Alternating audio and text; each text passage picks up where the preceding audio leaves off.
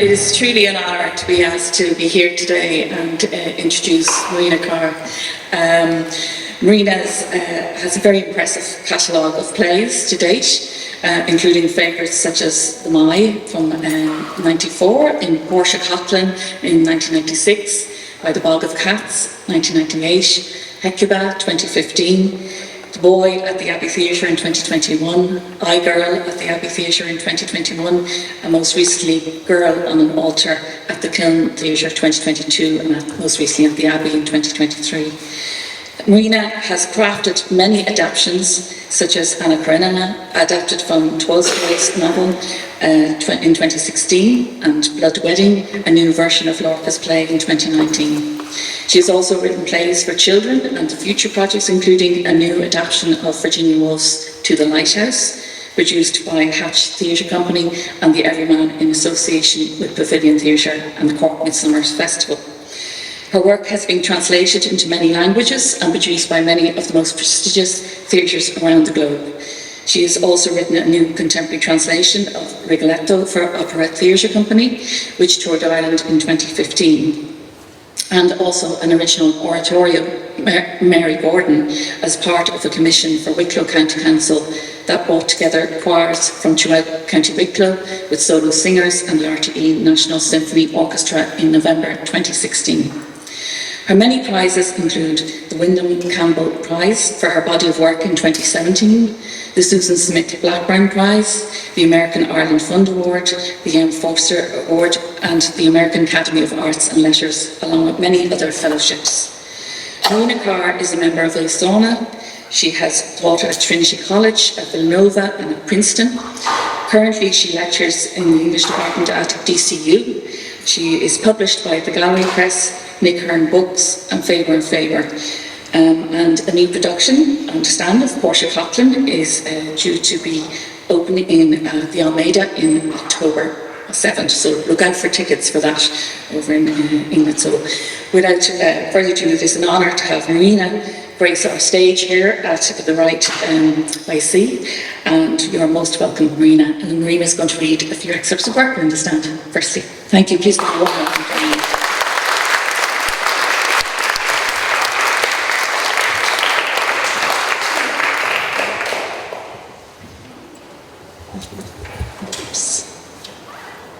Thank you, Elizabeth. Can you all hear me? Yes. Thank you. Organised here. So, as you know, I have a soft spot for the ancient Greek drama, and most recently I had a play on at the Abbey this summer called Girl on an Altar, which was loosely, well, I suppose just taking elements of Aeschylus. Aeschylus was Oresteia, and also elements out of mythology, and just basically, what you call it, jazzing or dancing with them. So Clytemnestra, you may know who Clytemnestra is. For those of you who don't, or those of you who did and have forgotten, Clytemnestra is the wife of Agamemnon. Their daughter was Iphigenia. Agamemnon sacrificed the daughter Iphigenia for the wind to change so they can sail to Troy. So I begin by reading a scene from Girl on an Altar. So the characters in this scene, it's from scene 2, are Agamemnon, Clytemnestra, Cilissa. Clytemnestra's and a woman who her servant, I suppose, her free woman, former slave. So dawn, pink sky, sound of the sea. This is Agamemnon. Ataraxes, my general, lifts my daughter up to me. She turns to kiss me, a garland of gentians in her shining hair. They have her decked out in white, gold sandals on her small brown feet. I give her the reins and she whoops with delight at the speed of Aetha. And I'm thinking, I can't do this. I cannot do this. The whole camp is armed. Everyone's dammed her up. Achilles preening in his glittering armour, his eyes flick to my daughter, then back to me. I can hear him thinking, he's calling her bluff. He'll never go through with it. Won't I, immortal upstart? Won't I indeed? I'll show you what the King of Kings is made of. I'll show you what must be given away. I'm the one leading this army to Troy's pink walls, and I have to kill you all to do it. Zeus, Agamemnon to you, you marauding parvenu. Zeus, Agamemnon from the house of Pelops. Zeus, Atrides, Agamemnon, great-grandson of Helios. The sun god's blood runs in my veins, veins of gold, you treacherous blue-blood runt. This is Clytemnestra. I'm shaken out of sleep, Celissa hissing in my face. Celissa, they've taken her. And beyond in the kitchens, they're putting it around that there is to be no wedding, but some unspeakable offering on the altar below at the shore. Clytemnestra, taken who? Celissa, Iphigenia. She went by on her father's horse at dawn. Clytemnestra, she's with her father, she's safe. Celissa, the sacrificial fires are lit, priests dancing across the sand with their drums. She's standing on the altar, her dress in tatters. Clytemnestra, what are you saying? Where are the babies? Celissa, come now. Clytemnestra, stop your ranting, woman. Celissa, no, listen. The oracle, the gods, Artemis slighted, Zeus angry, the wind all wrong, Troy a vanishing dream, Iphigenia, they want her.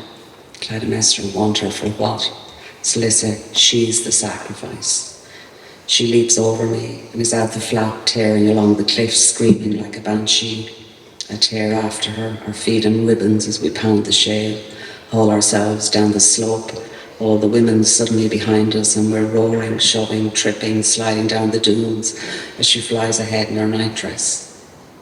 Clytemnestra, the beach thick with all the tribes, armour gleaming, hands on the hilts of their swords, the sky blackening, a glut around the altar, 3 massive boulders, the men parting like wind and barley as we sighed through them.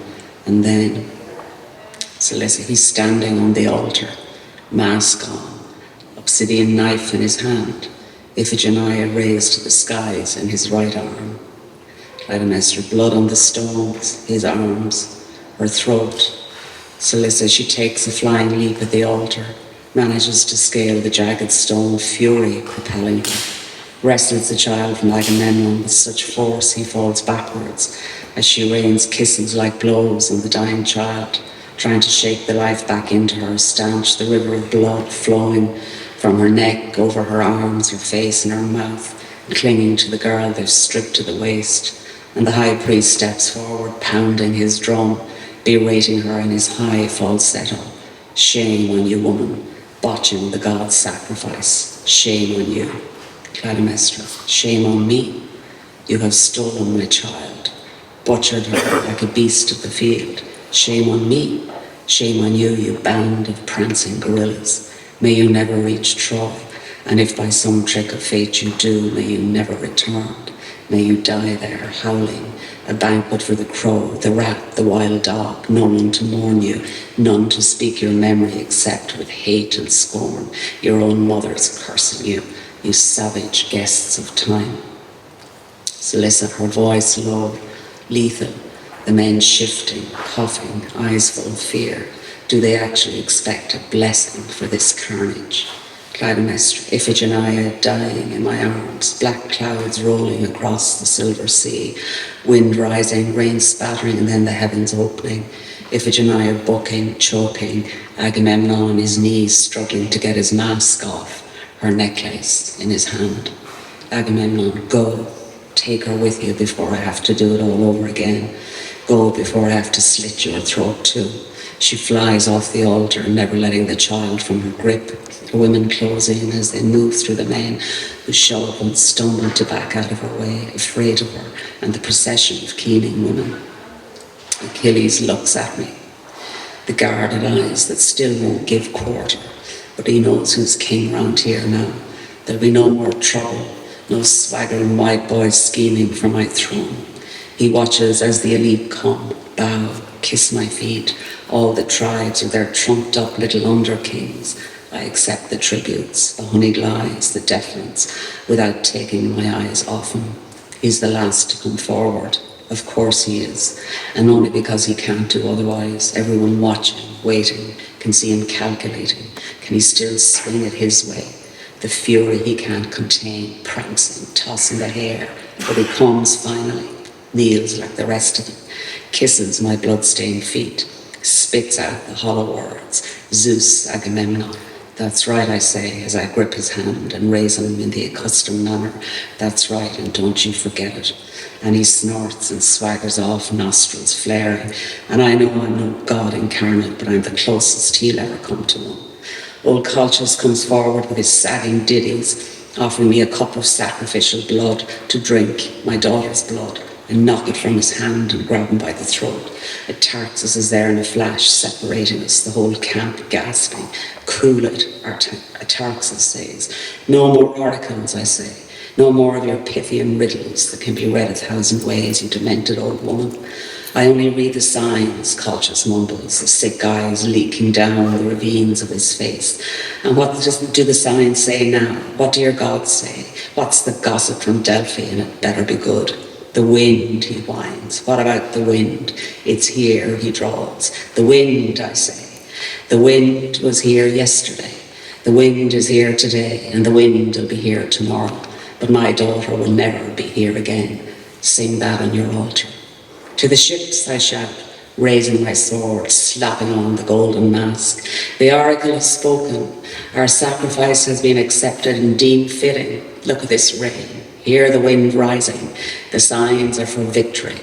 The men roar in relief. They love this sort of crap, so I milk it, do the Bacchic dance, sing myself hoarse, stomp and hoof and snort like a stallion as the men go wild and weep and fall to their knees. Zeus, Agamemnon, they scream, beating their fists in the air and their chests, tearing at their hair like a bunch of owl wounds at a funeral. In the distance, along the cliff, I see the lonely procession. My wife, my dead child, making their way to the women's tents. And I don't know how I'll ever make it right with her again. To the ships, I say. And the exodus for Troy finally begins. Okay, that's that.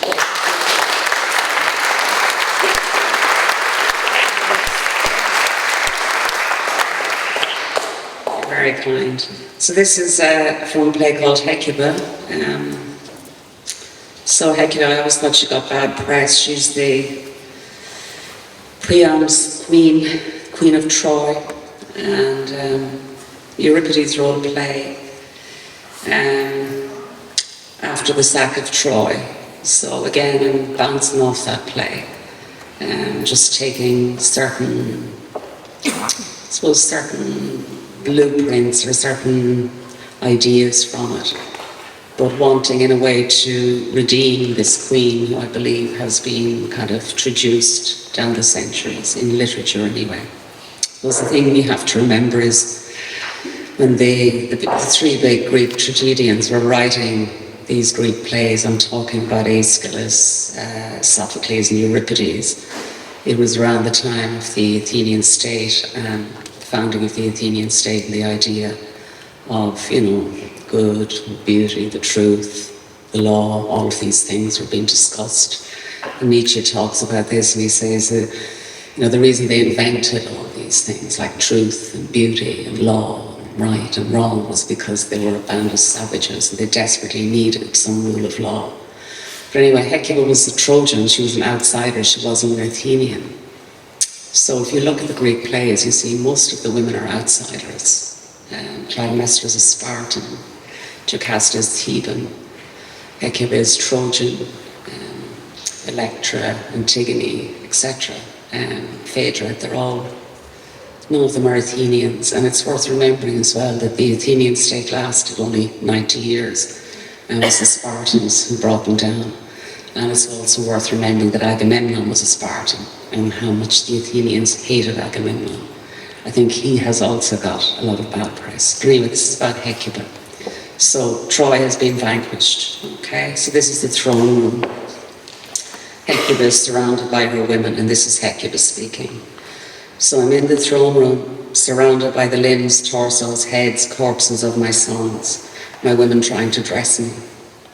Blood between my toes, my son's blood, 6 of them, 7 of them, 8, I've lost count.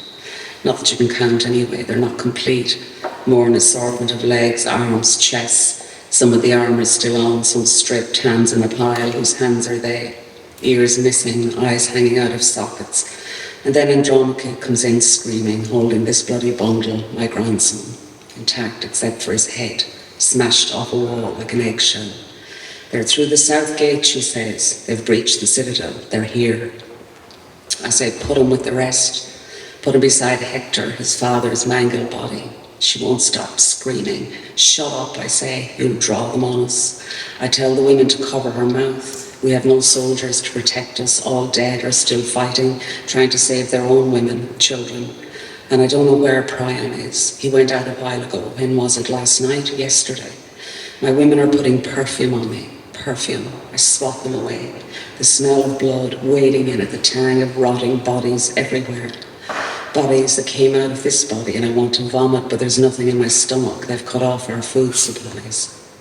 And Cassandra standing by the throne, that smirk on her face. I told you so, did I not tell you so? And I could kill her right now. And Polydixna looking at me, petulant, willing me to turn this around, to make it all right, make sense of it. And I'm glad at least my little Polydorus is safe. We've sent him to Thrace away from all of this.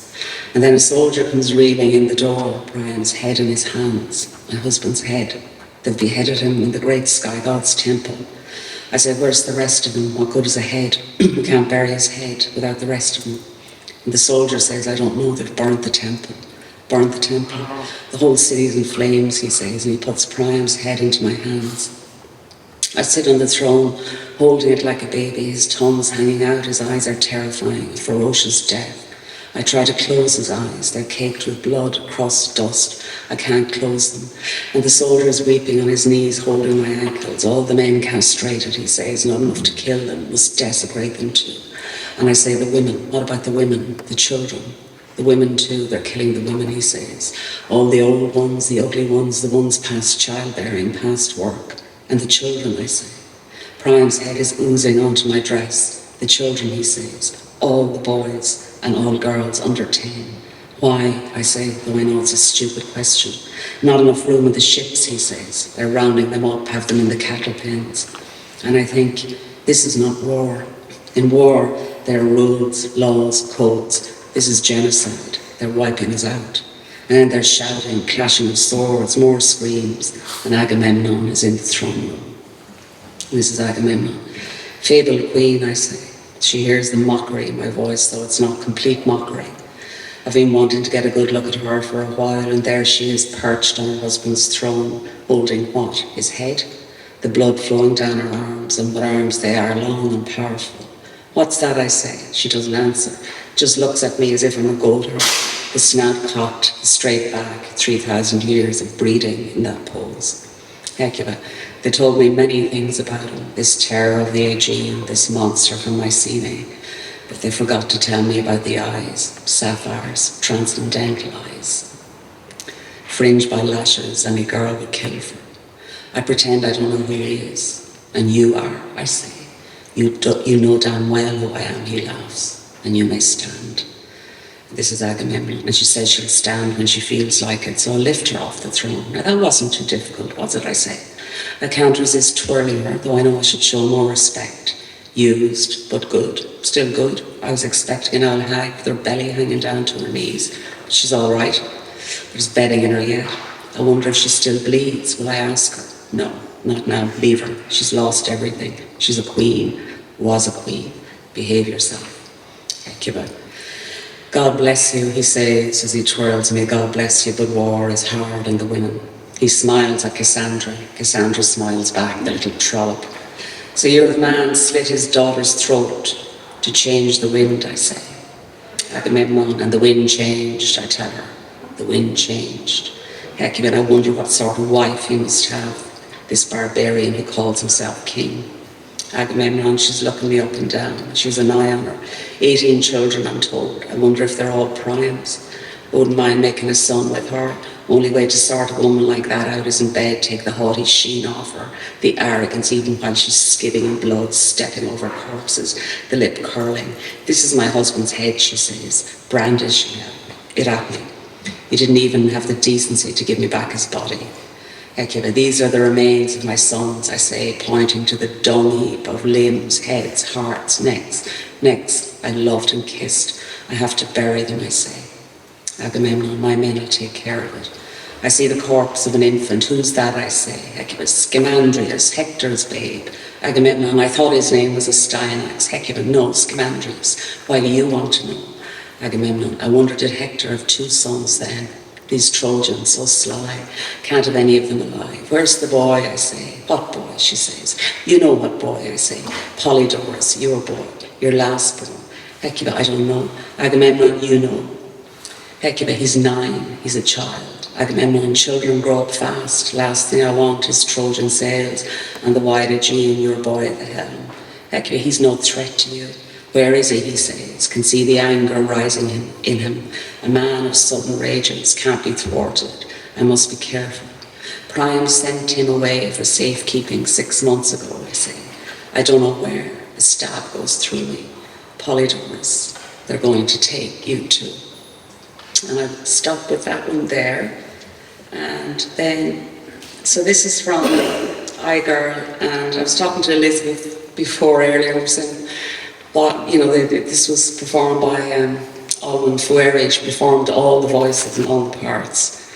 And it's going to be done in Italy next year with this wonderful Italian actress, and she's going to perform all the parts as well. So it's kind of, it's less a traditional play than kind of collection of voices. So anyway, this, you read from just the last section, and this is from the Persephone and Demeter and Persephone myth.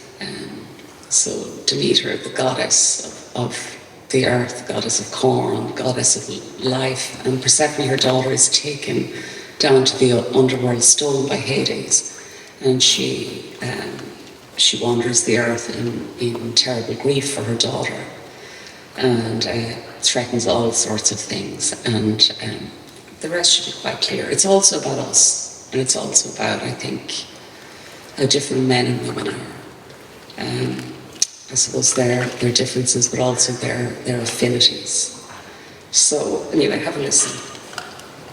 So it's from the last section of iGirl. And this is Persephone speaking. And then she takes on her mother's voice as well. A girl's life involves going down to the underworld for half of every year. This is what I said to my wailing mother, Demeter, when she was railing against Pluton, my blue-veined lover, my uncle, her brother. The Paleolithics got it right with their Shambar bone. 14 days out of 28, girls, women, are not at home. Men, ever present, ever vigilant, are quick to judge. You're this, you're that. Are you a bit off today? And really, I'm just in love with death, like the elders taught the girls in the cave.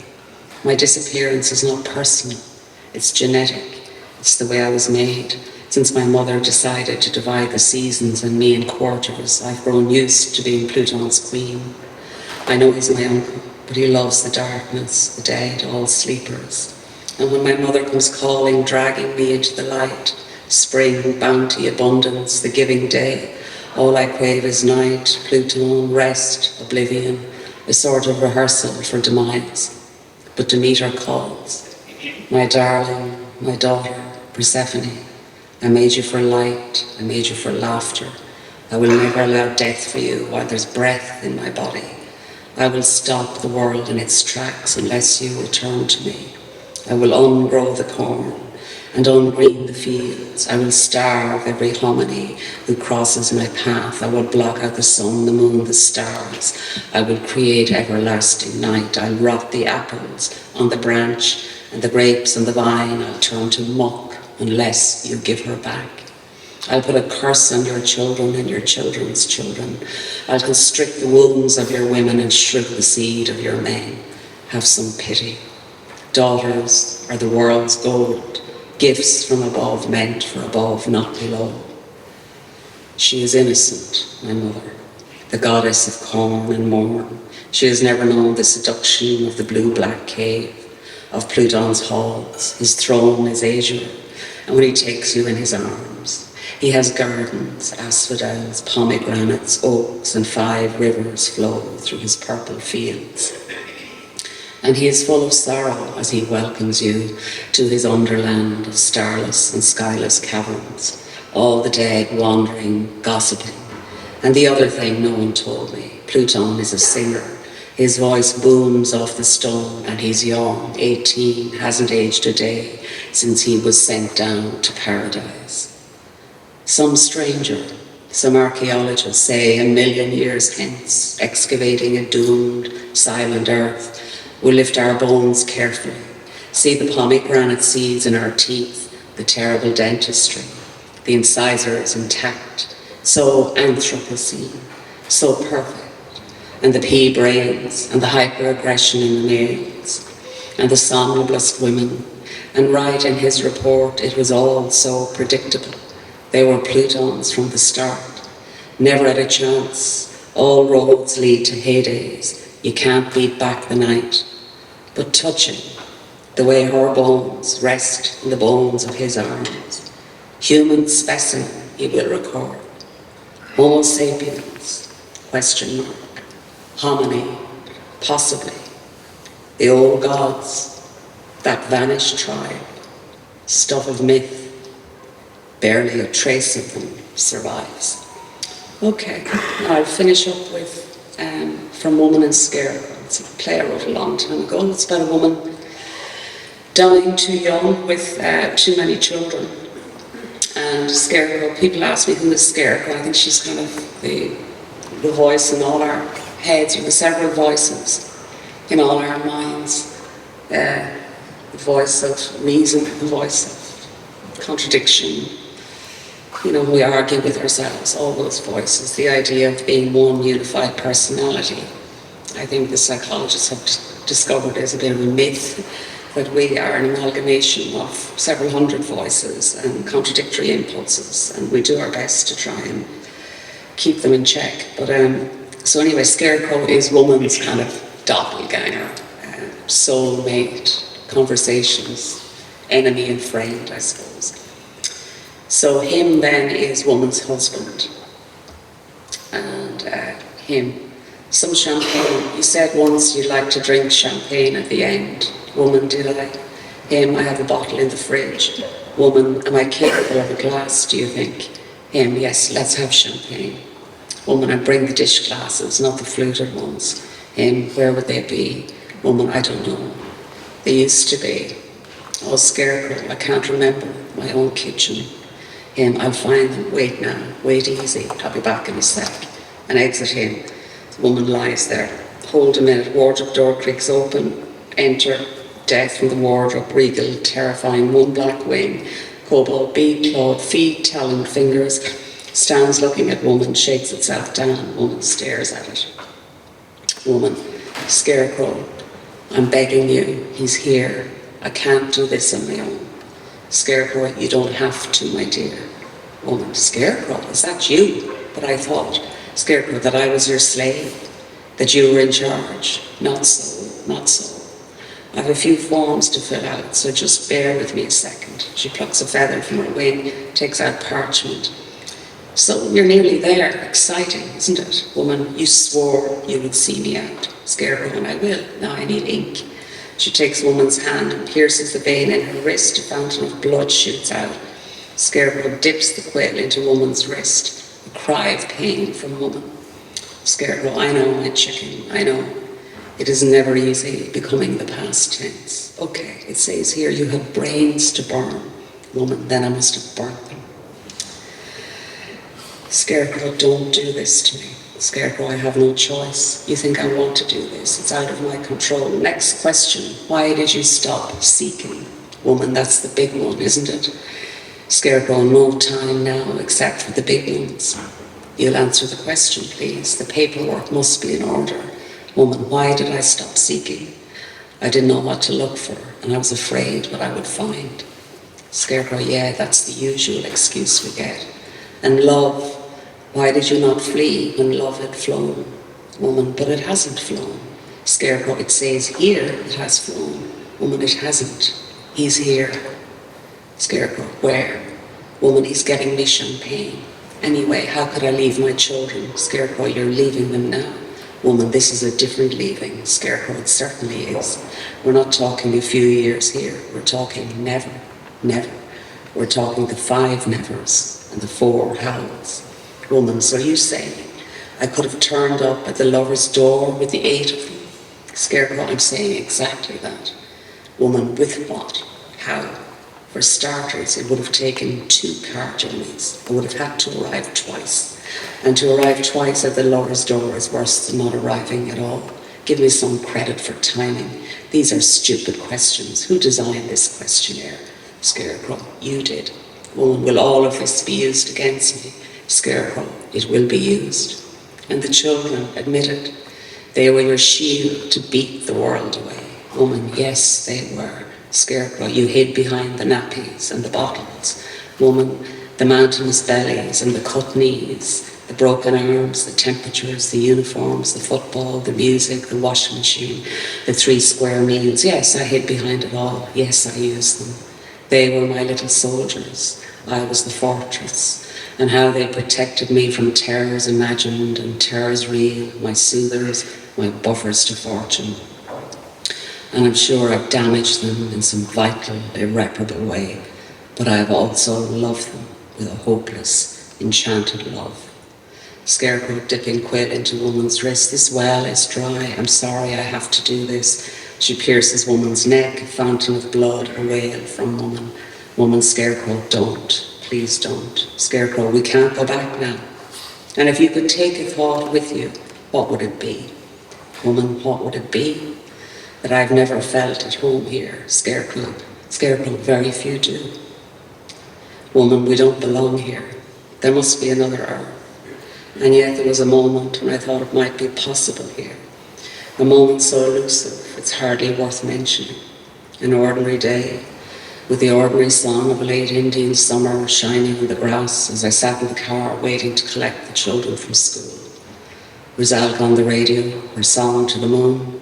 Rizalka pouring her heart out to the moon, her love for the prince. Make me human, she sings. Make me human so I can have him. And something about the alignment of song and wind and song in this most ordinary of afternoons stays with me. Though what it means is beyond me, and what I felt is forgotten now.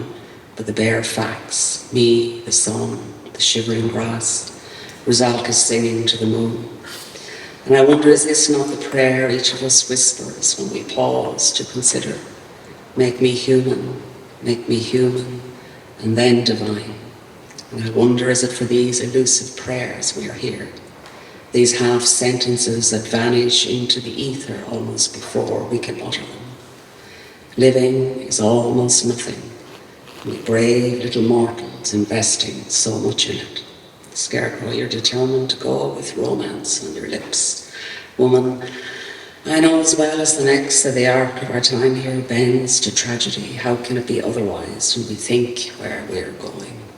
But we must mark those moments, those passionate moments, however small. I looked up passionate in the dictionary once because I thought I had never known it. And do you know what passion means? Scarecrow comes from the Latin, patio, to suffer. Woman, well, I said to myself, if that's the definition of passion, then I have known passion. More, I have lived a passionate life. Yes, I have lived passionately, unbeknownst to myself. Here it lay on my doorstep, and I all the time looking out for it. Scarecrow finishes writing, rolls up the parchment, puts it into his bag of scrolls.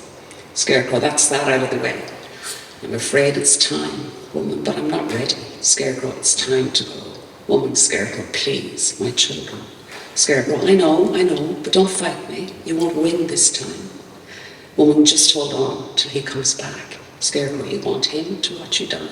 Woman, yes. He was the closest I came to the thing itself. I think I stopped breathing.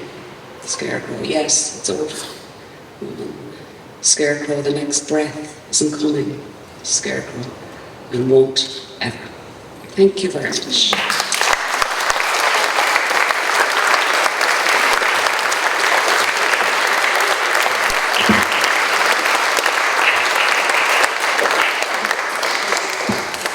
Thank you, Marina. Those are wonderful readings. We were talking earlier on about stories, and there's always loss. There has to be loss and tragedy, I suppose, to make a good story. And I suppose the Greek tragedies that you your most recent works are themed around, of course, we're in depth of, rage and murder and blood and passion. And then, as you say there, even in Woman and Scarecrow, passion is to suffer. What interested you first in the Greek tragedies, and why do you keep referring back to them? I suppose? Well, I suppose the origin, the Western origin at least, that the first great stories written down, along with Homer and Gilgamesh. It just seems that, our hard wiring hasn't really changed. If you think about it, everything came out of the Greek drama, singing, dance, lyric poetry, by extension the short story, by extension the novel, film, opera, it's all there. And I suppose one of the things that attract me as well is the fatality in them, and also I suppose the conversation around free will and destiny. And the other thing is in a way, Aeschylus, Sophocles and Euripides, they were the first great feminists, Their women are powerfully written, they're all fantastic orators, they're all outsiders, they're all fighters. They're all refusing to bend the knee. They're refusing to take the hand that's been dealt them lying down. And I find that very, very interesting. When you consider that these plays were written around the time of founding the Athenian state, which was great. These freedoms, whatever, they were great if you were a free man or a boy, not if you were a woman or a slave. It was, you were a chattel. So for the women to speak so powerfully and to be so revolutionary and, I suppose, downright contrary and insisting on certain things, insisting on their humanity, and insisting on calling out the savageries that they experience. So I find that very, very interesting. When you think of the whole history of not to get too feminist about it, but you think of the whole history of women in the West, right down. It's very recently we've had a little bit of a voice. When did we get the vote? 1920, whatever. What year did I always look it up and I always forget, 1920 something, we get the vote here? 1980.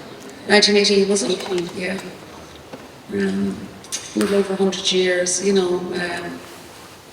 and just, look, you don't need me to tell you, the stories, the trajectory. My mother would have grown up in De Valera's, Ireland. She was a national school teacher. And I think of, my granddads and my grandmother. My mother's mother died very young. She was a teacher as well. But my granddads, a lot of them were teachers, and they were all raging. They were all really angry. And I remember talking to Fiona Shaw about this, and she said, of course they were, because nobody would let them do what they needed to do. I was like, yes, of course. They were also angry, and they were also repressed and put down, and these were working women, but they were also running houses and rearing households of children, 7, 8, 9, 10 children, working full-time jobs, cleaning the house, cooking, knitting, sewing, killing the pig or killing the chicken, and just the lack of respect. And you see, even we happen to be fortunate, I think, the side of the world we live in now, but there are other parts of the world where women are just treated so badly and desperately. And young girls not being educated, etc. Voices that they're just not heard. They're just not given any credence. They're not given any humanity. And when you mention rage and anger, because when we look back at your earlier works, like Maya and Portia Kaplan, there's so much rage and anger there. And we were talking now, looking back at your work, and you weren't a mother then at that time, and now you're looking back as a mother on those works. And would that rage and anger still be there now if we were to reapproach those works? at the time of writing? Well, it may or may not surprise you, but I'm not an angry person. maybe because I write it, I get it all. Right on the page. But you know, it's really interesting to say that, because when I started writing decades ago, it's like 30 years ago now at this stage, but that was like the thing that, oh, she's so angry and this, that and the other. And I just thought I was writing normal stuff. But it was obviously the women I grew up around, you know? I grew up in rural County Offaly, so I'm talking about my own immediate family, my aunts, my mother, my aunt's sisters, my great aunts, all that kind of thing. And there was a lot of repressed anger. And again, in my little school friends and in the neighbours, all the wives in the community. And you would see, so obviously there was some kind of osmosis. But there was also an attitude towards women, like that you weren't fully human. You know, it was like you could be set aside very easily. You know, what you say could be discarded very easily. And so, you know, when you talk about rage, you know, very often a woman expressing an opinion is called anger and rage. You know. You know, I've had experience of that and been told, you know, to calm down, and I didn't know my voice was any higher than anyone else's. In fact, most of the time I would say my voice was not higher than anyone else's, but I'd be told to calm down because I had spoken, or because I had spoken against someone. A man does that, and it's an opinion. Yes. You know, the line about Ophelia, her voice was ever low, an excellent thing in woman. Etc. Because even on Garden, the author, like Agamemnon, after he said, you know, Iphigenia killed, and he kind of expects to come back and still be accepted by Clytemnestra. And there's a bit of vanity there, isn't there? Like, there's a great sense of entitlement, and the idea of division of responsibilities as well. You know, traditionally the outside world is the playground of men, and the domestic is kind of the woman's playground, where she has a bit of control. And you see that in Irish houses, the mother has huge weight within the home. It's like ask your mother, you know. Go ask your mother, and then they must go ask your father. You'd go over and back all day, and whatever your mother says. But outside. Traditionally, and it's changing now, and changing slowly, and thank God for it. But it's still like an event, and it still has to. It's still like strange enough that it has to be commented upon. It's not considered normal in this society that a woman should speak freely and should have strong opinions and should voice those. And in I Girl, so the wonderful Holland Ferrer, of course, did an amazing job, but she's everybody. The gender is not there, really. There's a powerfulness in it, isn't there? And for you, it was a different approach to your work, because it was a very much poetic approach. And how did you kind of transition into that approach, I suppose? Well, by the way I always write, just feeling my way along, you know, like a spider in the dark. You know, I just write a fragment and put it aside, and then a few days later write something else, and then for months write nothing, and then another bit would come. And it was a very freeing way to write, because sometimes I write to commission, and sometimes I just go off and write what I want to write myself. And both have their advantages. The great thing about a commission is there's a discipline, there's a deadline. So you have something to work towards. Whereas when you're writing for yourself, so I do it next year, I do it in 5 years' time, I must get around to finishing that. But there's also great freedom in just letting the mind roam and letting the thing be what it needs to be, rather than you imposing.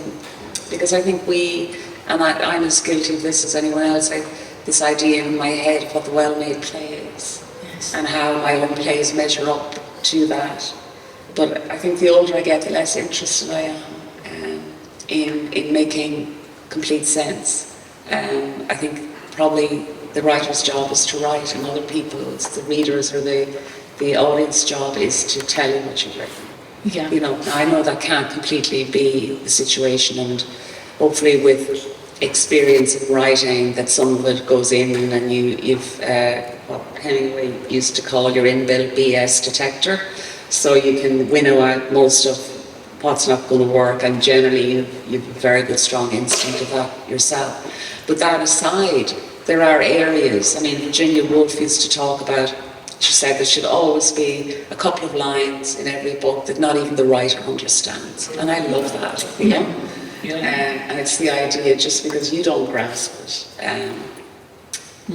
doesn't mean it doesn't have meaning for someone. You may actually be writing beyond yourself, or beyond your own understanding. And it's one of those things where language, that magical thing about language and the resonance of meaning, and what the different ways words impact on different people. Like some words impact you, some of them are dead words to us. So I suppose I'm always trying to remind myself, just be brave, you know, experiment a bit more, and forget about doing the well-made thing. Speak of language, I mean, you really put the Midlands on the map. You know, up until you came along, you know, with Tom Murphy, we associate with Galway, Ryan Free with Donegal, the accents, and of course our own wonderful Billy Roach, the Wexford trilogy. And so, but, you know, that real strong guttural Midlands, Offaly accent, and it rings through all of your work, even when it's the Greek tragedies that it comes to the fore. And is that really important to you when you're writing, or is it through the process of your rhythm of your writing? Well, like Porsche Coughlin, Rafters Hill and by the Bog of Cats, they were specifically written in the Midland dialect, yeah. But I suppose I am a Midlander, and that very flat cadence is in my, you know, took it in with my mother's milk, as they say, and it's there in me. What I look for when I'm writing is just very natural flow and rhythm. So I would read out loud everything that I write, because I always believe that the ear will catch the glitches that the eye will miss. I think I'm not uncommon in doing this. I think a lot of writers read their work out loud as they're writing, and it's something I keep telling my students over and over again. And the ones who listen to me can tell the difference because they get the rhythm. And it's all about music, it's about rhythm, and it's about, I think each of us have our own natural breath, so that's going to be the length of your line, really. And the trick is to discover what your natural breath is, and to try and write as closely to that as possible. And you had experience then for writing for opera, so that musicality carried forward. Yeah, I love writing for opera. It's 1/3 the work for a start, and I love writing for music. Also, there's, you know, you can be very, very libretto. It can be as elaborate as you want. It can be as simple as you want. But you know, then you just like in a play. Well, the acting is very important as well. But if the text isn't right, it doesn't really matter how good the actor is and all the rest of it. But with opera, it's about the singers. It really is about the tenor or the soprano or whoever is singing. And the lines can be incredibly simple. It's the music that's going to carry most of it. That's not to denigrate the role of the libretto in it, but it's you're down on the list. Yes. Which is interesting, and I like that sometimes, that not to be the emphasis or the heat's not on you all the time. Yeah. Very good. And when you hand your work over, like, because, you know, for a writer writing for a reader, it's, okay, they're the one audience, but then you're handing your work over to a director, to actors, designers. There's multiple interpretations, and is there any fear? You mentioned influenced by Chekhov earlier in your life as well. You know, Chekhov, when he wrote The Seagull and he handed it off to Stanislavski, and it was supposed to be a comedy and he turned it into a tragedy. Yeah. You know, I mean, is there fear when you hand over your work of how it might get interpreted, or you know, the trust? Well, there's always a moment, but it's out there, and once it's written, your part is kind of done. I mean, if it's a new play, obviously, you'd be there a bit and you'd be talking to the director and the actors. And it depends, again, on your relationship with the director and the actors. And most of the directors I've worked with have been, great to work with and very open to listening to what I have to say. But I've had a couple of experiences where they're just not interested in what I have to say. And then you just say, okay, bow out. You can either fight tooth and claw or you can bow out. I'm too old now to fight tooth and claw. I did in my youth. And I never really got anywhere. So you just kind of hope for a better day or a better production and just let it off. But that's very rare, actually. I find most theatre folk are very, very collaborative and very, very open to hearing my opinion on something. It's not that they would have to always take it on board, and it's not that I would be prescriptive. The only thing I would be prescriptive about is that they're absolutely word perfect. That's the only thing, because that's really that's where my responsibility is, and I don't want to misinterpret it. And the Irish actors are generally very good in script, and English actors, but I've worked with American actors. I don't know because a lot of them do television, and they don't do a whole lot of theatre, because they do more TV and film or whatever. And learning big chunks of text can sometimes be problematic. Not all of it, but some of them, unless they're very, very specifically trained for theatre. So you tend to get quite a bit of paraphrasing, which just destroys your rhythm and just makes you look like a bad writer. And there'll be enough people saying that anyway. So let them get the lines right, I think George Bernard Shaw was quite strict about his writing too. Yeah. He didn't even give them a gap. Like, at least you actually gave a lot of permission for actors to breathe life into the work and interpret it. Whereas I think he just expected people to stand on the stage and just read his work and do nothing else, enter and exit. Beckett's saying his very specific stage directions, although later on he relaxed a bit. He was directing in Berlin and the showroom, whatever. He relaxed a lot on his very kind of tight stage directions, like around pauses and movement and stuff like that. But, I understand it in a way. It's a way to control the text. But then you look at Shakespeare, and there are very few stage directions, and there are all these fantastic interpretations of the plays. So, while you're alive, I think you can probably control it a little bit. Right. I suppose you'd be lucky in your day if they're still doing it, in whatever shape or form. We'd like to open it up to the floor if there's any questions. I know there's somebody going around the mic. Yeah. Lady over here. Thank you. Thanks a lot, Marina. That was really interesting. I'd just really love to hear a little bit more about your work with the Greek tragedies and what you're interested in doing. Are you interested in reinterpreting them or redeeming the characters, like you mentioned, Hecuba, or making them better known? And then related to that, what do you think those ancient tragedies can have for modern audiences? Apart from getting to know them, what relevance can they have? I'd be really interested in hearing your elaboration on that. Thanks.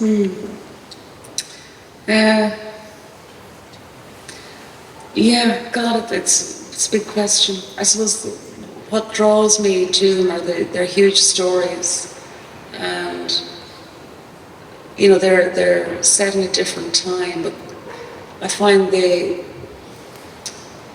still very relevant to us today. Like if you take the trilogy, like the Oresteia, which begins with Agamemnon coming home from Troy and being killed by his wife Clytemnestra, and that leading on to their son Orestes killing Clytemnestra, being chased by the Furies, leading on to the Eumenides and the first law court, the Crag of Ares, and Athene coming down, and the decision to let Orestes off from the blood crime of killing his mother, and the birth of law coming out of that. And I know there's a lot written about this, the whole idea of the birth of law starting where the killing of a woman is not avenged. So it letting Orestes off for having killed his mother.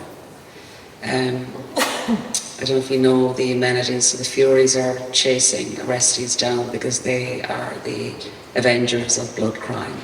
So it's the first law court, so Apollo and Athene are there.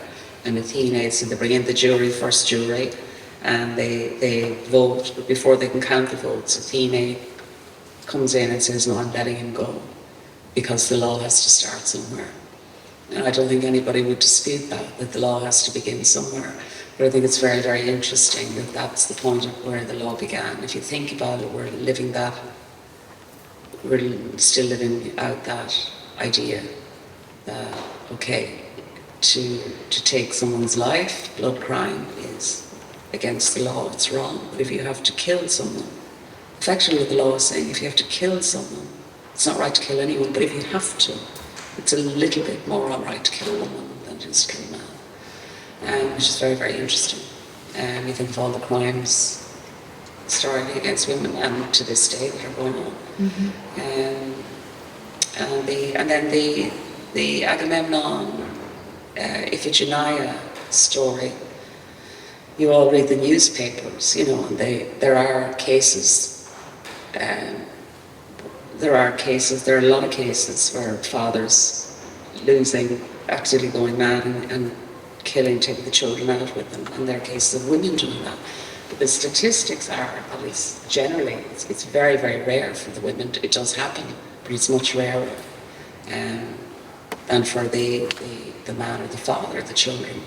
And I don't know why that is. I just don't understand why that is. But you think about that we're grappling with that 3,000 years ago, and we still don't know.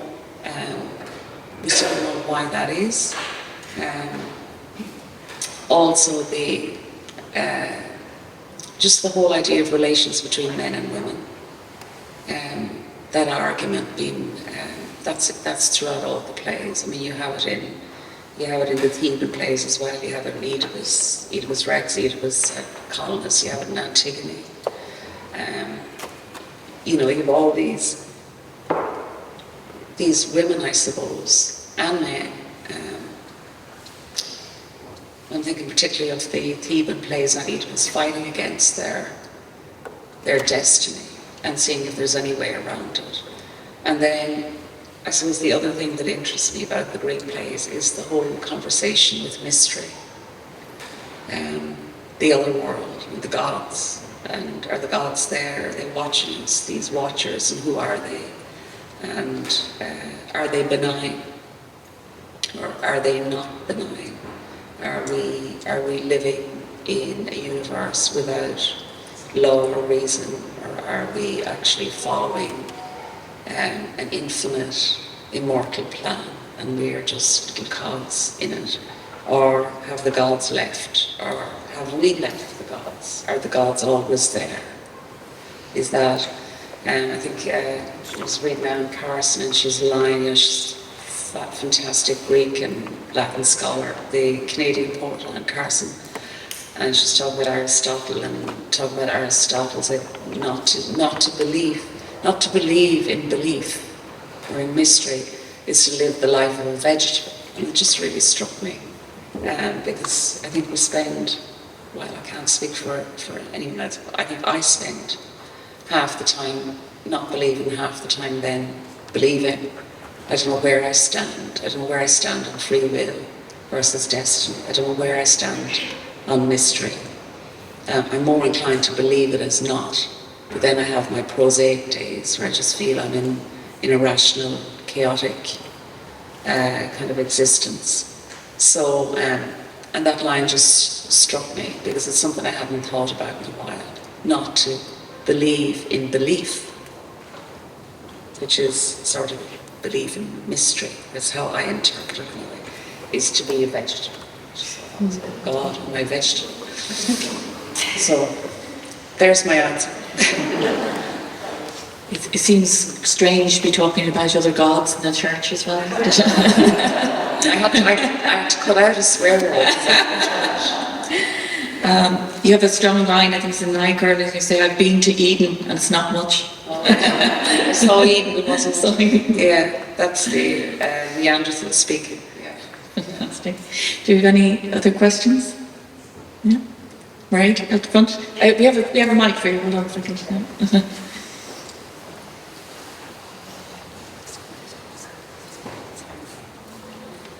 Yeah. I've admired your work for a long time, Marina, and some of us here are involved in amateur drama. And as you know, you're one of very few Irish playwrights, really, whose work translates very well to the amateur drama circuit. And it's gone on then, obviously, to do very well in the film. And some of us here were recently up at the Abbey to see your recent one, Ground and Water, which was amazing. And Eileen was just mind-blowing. It was a stunning production. But I suppose your earlier work, The Bog of Cats, I'm thinking in particular of Hester Slane and the really strong characters you have in that, the main, Portia Coughlin. Is that early Carr, and will we ever see that type of work again? Or have you moved away from that? God, I don't know.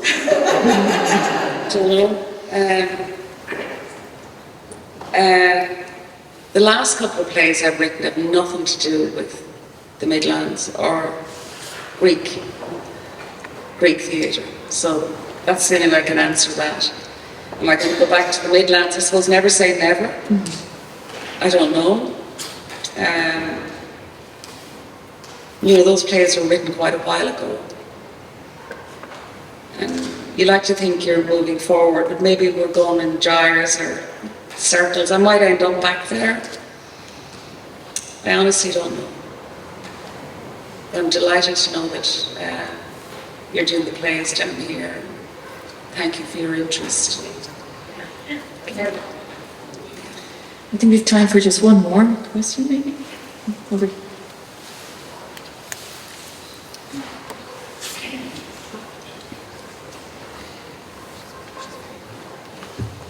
Oh, thank you.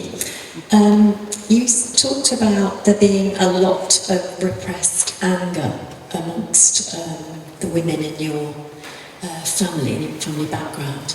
And I just wondered whether any of that repressed anger was coming out in your work, and if so, in what way? God, what a question. Yeah, you see, I don't know, because once you've written a thing, you forget all about it, and it's on to the next thing. So I can't remember what I was like back then. Maybe I was angry, but I don't remember being angry. And maybe I kept it all for the writing. I don't know. And I also, writing is very different to living. There's living and then there's writing. So it's work of the imagination. So you're pulling it out of the ether. So you may start from a place, but very quickly it transforms into this imaginary landscape.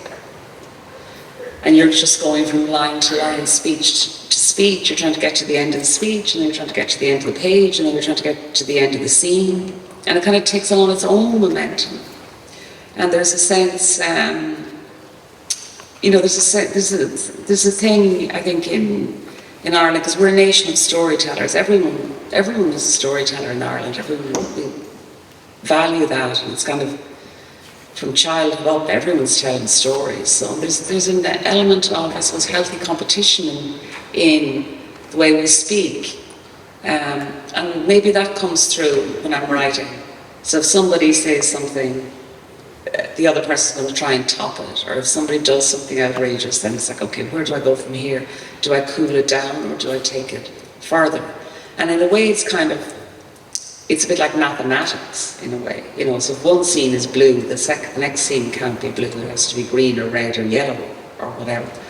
So it's less, I think, of course, who I am and what I've come out of is always there and it comes through.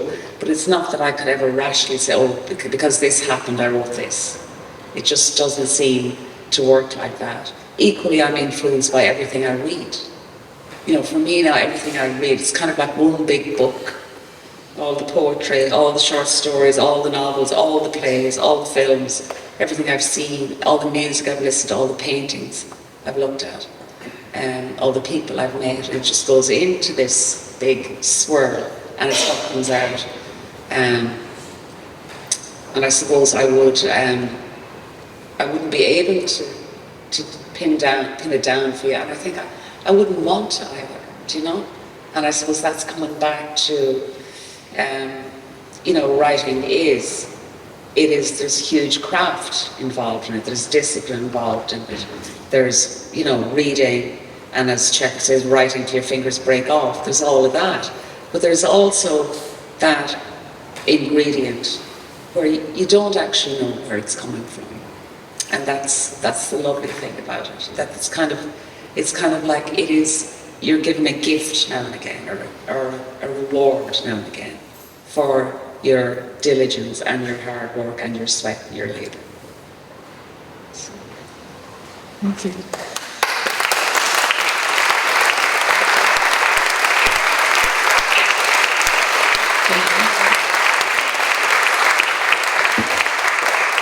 Just like to say thank you to Marina again for sharing your work with us, and we look forward to the next chapter of works coming out, and thank you again.